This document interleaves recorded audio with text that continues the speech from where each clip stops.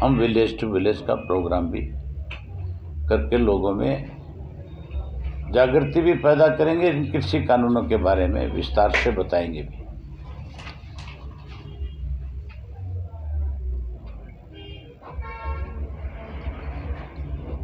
देश के प्रधानमंत्री ने राज्यसभा के अंदर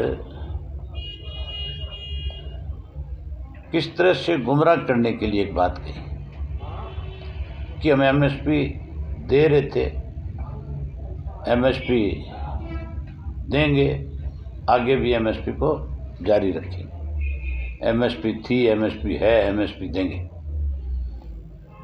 देश के प्रधानमंत्री पे आज लोगों का विश्वास खत्म हो गया। ये कह करके वो लोगों का भरोसा नहीं जीत सकते, लोग उन पे भरोसा कर नहीं सकते।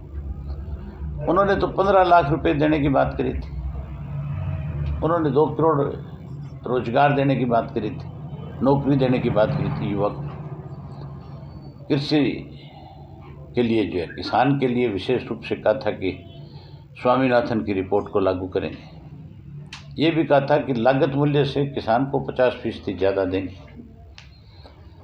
और ये भी कहा था भी कर्जे माफ़ करूँगा। कल कर्जों पे तो साफ ही मुकर गए कि कर्जा माफ़ी कोई जो है किसान के लिए कर्जा माफ़ करके कोई लाभ नहीं पहुंचाया जा सकता। तो देश के प्रधानमंत्री से पूछने वाला हो कि आपने 4 घरानों का लाखों करोड़ रुपया कर्जा माफ़ किया है, जिन्होंने अपने बिजनेस को सिख यूनिट के रूप में बदल दिया। आपने उनको इतना बड़ा पैसा उनका माफ़ करके कि एक नई परंपरा और नहीं पैदा कर दी भी कोई भी व्यक्ति आपके बैंक से पैसा ले और फिर अपने आप को एनपीए कर ले। एनपीए करने के बाद उसको सिख यूनिट घोषित करके या तो उसका कर्जा माफ़ करो या फिर उसको आप सिख यूनिट के माध्यम से बेच दो। ऐसे लोगों पे लगाम लगाने की बजाय उसके लगाम डाली जा रही है जो इस देश को आत्मनिर्भर बनाने का काम कर रहे हैं। क्योंकि इस कोरोना की महामारी में अगर इस देश को फिर से आत्मनिर्भर किसी ने बनाया तो वो किसान ने बनाया था। किसान की वजह से देश फिर से आत्मनिर्भर हुआ था।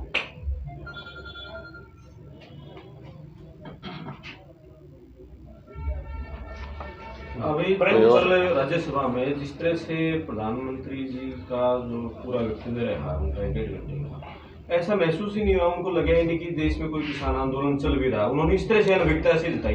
तो अब जैसे पूरे प्रधानमंत्री ने जो अपनी बात बताई थी वहाँ, उसमें केवल भाषण दिया था, उन्होंने कुछ ऐसा नहीं कहा जिससे कहीं ये आपको एहसास हो कि देश का प्रधानमंत्री देश के लिए बोल रहा है। नहीं, अब जैसे वो तो कथा करते हैं, एक अच्छे कथावाचक तो हो सकते हैं, एक अच्छे प्रधानमंत्री साबित नहीं हो सकते। नहीं, जैसे अब आप पूरे प्रदेश में जैसे आप जन जागरण अभियान चला रहे हो, किसानों के आंदोलन को भी लगभग 100 दिन हो गए हैं, तो अब जैसे प्रधानमंत्री का बयान भी पहली बार आ चुका है राज्यसभा में। नेक्स्ट रणनीति किस तरह से होगी? आंदोलन की सरकार मानने को मजबूर हो जाए, वो क्या अब इसको कोई दूसरा रूप देंगे आप इस आंदोलन को? आज की तारीख में बॉर्डर पे किसान की संख्या बढ़ती जा रही है और देश का प्रधानमंत्री जो है, आपने देखा नहीं कल उनके चेहरे के हाव भाव, आपको उससे लग नहीं रहा था कि बहुत बड़ी चिंता में है। और जब किसान के बारे में बोल रहे थे, जो आदमी हमेशा विपक्ष पे बड़े कटाक्ष करके खुशनुमा माहौल से लोकसभा में अपनी बात रखते थे, राज्यसभा में अपनी बात रखते थे, कल उनकी हवाइयाँ उड़ी हुई थी। किसान कभी सड़क पे जाता नहीं। जब किसान के सर के ऊपर से पानी निकल जाए, जब उसको लगे कि अब तो तेरी मौत आ गई, तो फिर वो ऐसी जोरदार लड़ाई लड़ता है कि उसके आगे बड़ी से बड़ी ताकत जो है वो भी धराशायी हो जाती है। प्राइम मिनिस्टर ने आंदोलनकारी जीव एक नाम दिया, जो आपने अभी कहा। हाँ, तो क्या लोकतंत्र के लिए क्या माने, क्योंकि प्रधानमंत्री मतलब किसान का आंदोलन में जुड़े हुए, किसान का मजाक उड़ाया उसने जी। केवल उसको 2 मित्र प्यारे लगते हैं, देश का 80% किसान, जो किसान नहीं जिसकी वजह से आज ये देश आज़ाद है। बिना किसी आंदोलन के क्या देश को आज़ादी मिल जाती?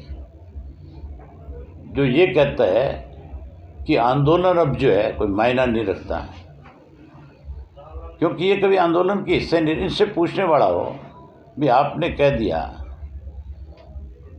कि आंदोलन कोई अब ज़रूरत नहीं बची, बिना आंदोलन के देश आज़ाद नहीं होता। इस आंदोलन की वजह से ही भारतीय जनता पार्टी कहीं जिंदा थी, अदरवाइज बीजेपी के तो 2 पार्लियामेंट मेंबर आए थे। जब उन्हें क्या पता आंदोलन क्या होता है। सर, आपको जो किसान अवार्ड से नवाजा जा रहा है, किसान केसरी से,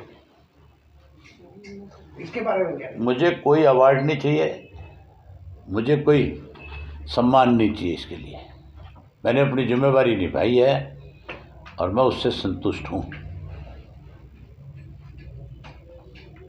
तो दूसरे नेताओं की क्या स्थिति होगी? आप मुझे कोई कहीं इस आंदोलन के लिए बुलाएगा, मैं वहाँ जरूर जाऊँगा। आपके इस्तीफे के बाद इनके जो राजनीतिक हालात प्रदेश में, उसको किस तरह से आप देखते हैं? आपके सामने है, जो लोग धरनों पे आते थे आज कहीं नजर आ रहे हैं, क्योंकि आज उनके असली चेहरे नकाब, जो असली चेहरे थे वो नंगन हो चुके हैं। जो झूठ बोल रहे थे लोगों के बीच में जाके, जो किसान का पक्ष रख करके कहीं नेतागिरी कर रहे थे, अब मुझे बता दो, एक टोल के ऊपर भी आपको कोई भी हरियाणा का एक विधायक, एक मेंबर पार्लियामेंट नजर आ रहा है स्वयं मेरे? कोई दूसरा है तो बता दो। अब ये हो गया, क्योंकि दूसरा इसलिए नहीं है कि दूसरों ने जा करके लोगों में खड़े होकर के कहीं झूठ बोल करके उनके अंदर अपनी जगह बनाना चाहते थे। अब जाएंगे तो लोग कहेंगे, लो तुम क्या कह गए थे, हम रिजाइन करेंगे, करो रिजाइन। अगर नहीं करेंगे अब ये लोग, इनको मजबूर कर लेंगे, आप देखना। अभी आपके हल्के से जो चुनाव होगा उसमें मैदान में छोटे युवराज उतरेंगे या अवैध उतरेंगे? हल्के के लोग तय करेंगे कौन चुनाव लड़ेगा, पार्टी तय नहीं करेगी, ना अभय सिंह तय करेगा। ठीक है।